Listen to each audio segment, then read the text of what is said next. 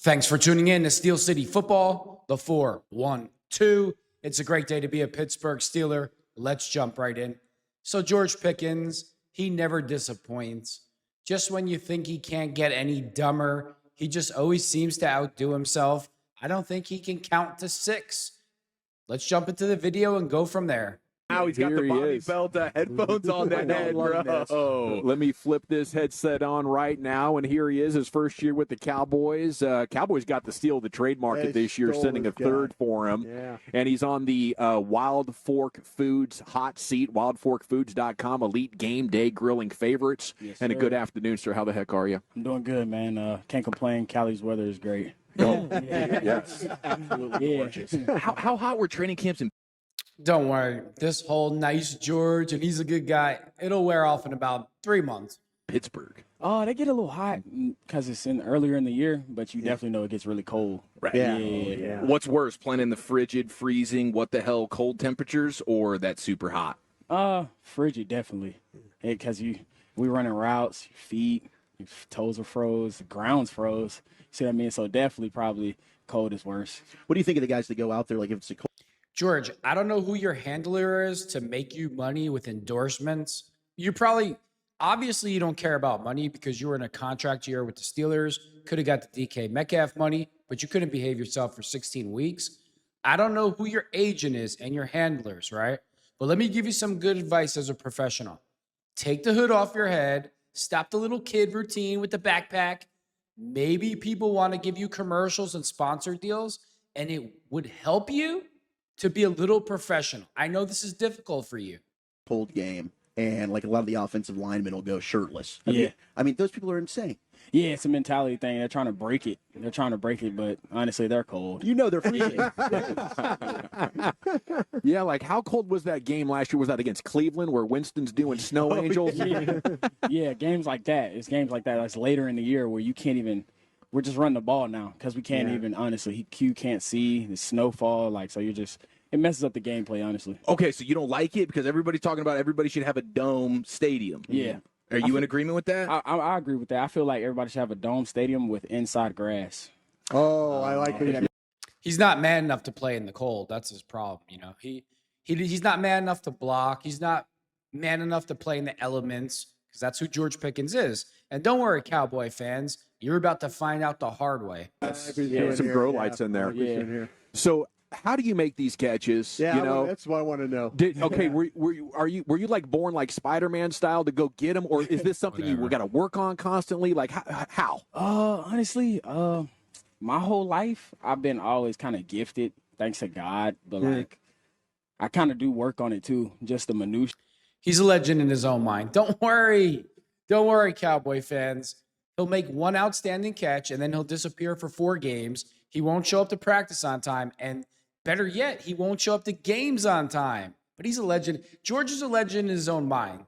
And he only averaged between 4 to 6 touchdowns a year, and he thought he was better than Antonio Brown. Of receiver, and then I kind of in the offseason I work on little man's game, so stuff that Turk probably be able to do. That's what because I'm so big, Right. So when I get out here, I'm moving way more fluent. But definitely with the catching, I kind of been like that the whole time. Yeah, I was going to ask you because I was a scout in the NFL for 13 years, and I've never seen anybody track the ball better than you. Yeah, and I mean that goes back to your days at Georgia, and I'm watching. We all watch tape of you, and I'm like going, "There's nobody that tracks the ball like this guy." And I've seen the great ones. But how do you pick that up? Because like I say, I'm watching you. I'm like going, he's seeing this ball right off the hand. Yeah. So when does it you never lose track of it. No. Everybody else is losing track, but you. Because the key to it is looking up. Up. A lot of There people you go go. here, look back, and try to see where the cue is. Yeah. The best thing is to look up, and then based off the trajectory, I play punt return, so if the ball's turning over like this, there it is. it's gonna go farther. And then if it's a cue gets hit, it's wobbly, it's gonna die out. You see what I mean? So you can really make. That's really why I make a lot of catches because you can really make every catch if you know the ball trajectory.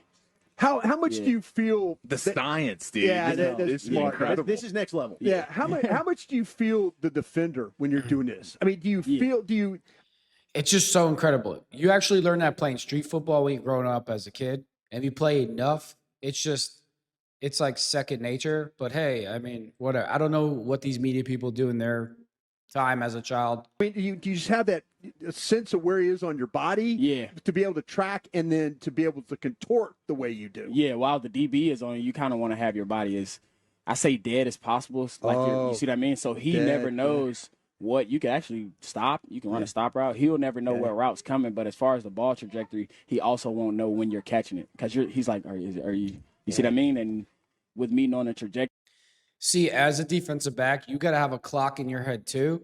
You know the quarterback only has so much time to put the ball in the air, and that's the biggest problem with today's defensive backs. They never look back to play the ball. They kind of face guard like you do when you're a kid playing street football a lot of times. See, today's players are not as skilled because most of them didn't grow up playing football outside, or they didn't do 7-on-7 or go to camps. But you need to have an internal clock in your own head as a defensive back to know sooner or later that ball is going to be in the air. And you have to you got to keep an eye on the receiver. You got to know where the receiver is, but at the same time, you got to know when to look back. And you can't depend on the receiver to look for the ball. Then you look for the ball. You need to have some type of clock. I know where it's going to be at all the time. It's amazing the ability you have. Seriously, I've never seen anybody like you catching a football that way. Yeah. Okay, and then he's been scouting for a million years. He's old as hell. Yeah, I am old as hell. I admit it. Yeah, I've seen a lot of them. I've seen them all at the right. Jerry Jones probably paid these guys that scout to say that to kiss his ass. So, because we know George loves to have his ass kissed. And if he doesn't, or if you say one word to him he doesn't like, you'll see. Don't worry, Cowboys fans. You're going to see. And all those guys, this guy goes and gets it. Yeah. He goes and gets it. I appreciate that, man. And then after you get it, right? So you're dealing with the guy who's closest with your arm or with your speed, and then it looks like you're looking around for who else is out there. So are you scanning the whole deal? The whole deal, especially pre-snap. They do a lot of, defense like to play 2, then switch to 3, play 3, then switch to 2. So after you diagnose that and they throw you the ball, then I'm feeling him and I look at him to see if he's got his eyes up. A lot of good DBs have their eyes up. So, but most DBs, even some of the great ones, just don't. They like to play with the receiver the whole time. And try to get a PBU when the whole time I'm just watching the ball. So. But everybody else could do that. But when the ball's 12 feet away, they're not going to be able to jump up and get that high and have that stickiness. Yeah. When did that stickiness become obvious? Were you like 2 years old catching stuff out of the crib? Side yard football. Tell us some family stories. I started playing contact football when I was 4. Jeez. Wow, bro. Yeah, so almost. George took his friendly medication. He's doing a little kid. He does this always in the beginning. He's the nice little kid that everybody likes. Then when he acts up a couple months from now, he's not a bad guy. And then all the reports start to leak from the locker room. I can't wait. Yeah, I've almost been doing that since I was not 2, but like 6 or 7. Yeah. You probably.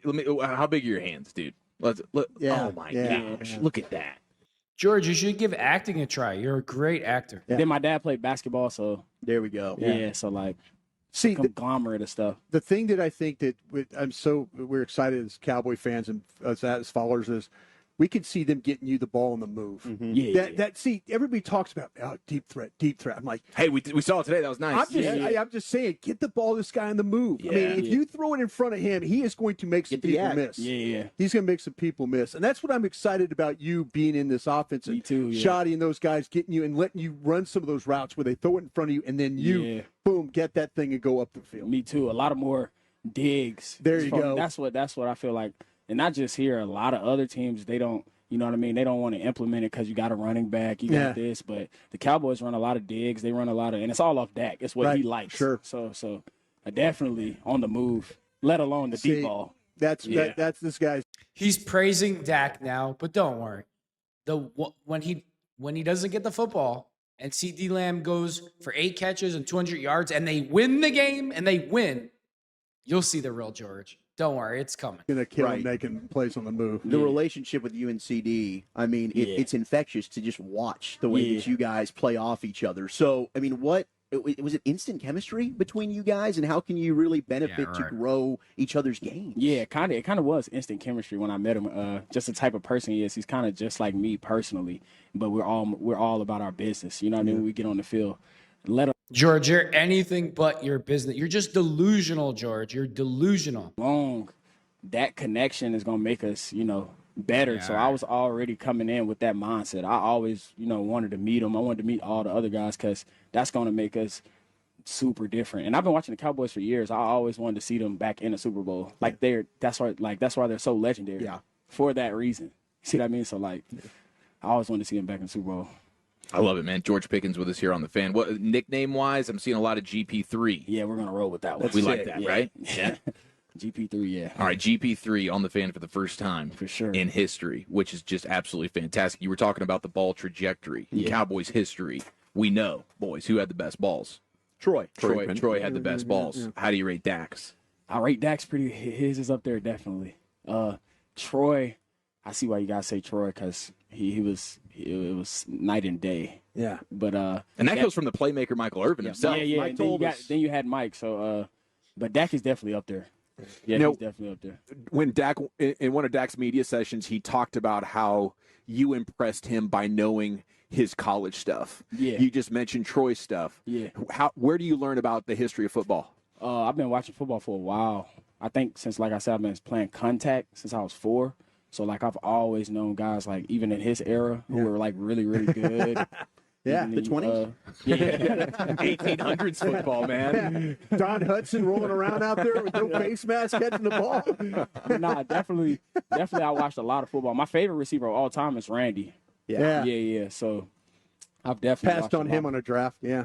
I definitely watched a lot of football, and I watch a lot of guys just because, I always been playing football games. I watched Reggie Bush. I was a huge fan of Reggie Bush, Right. Lindell White, a lot of stuff, bro. It's a lot of ball.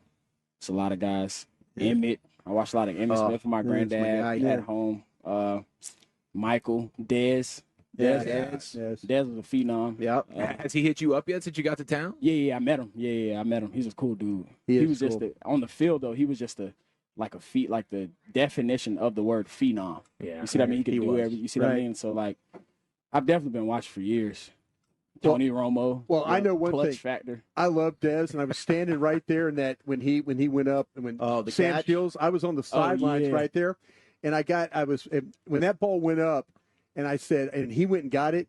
But I'd love to have seen you go and get that. Yeah. I don't think there'd been a question about a catch Yeah. because Sam Shields would have been all crumpled under him.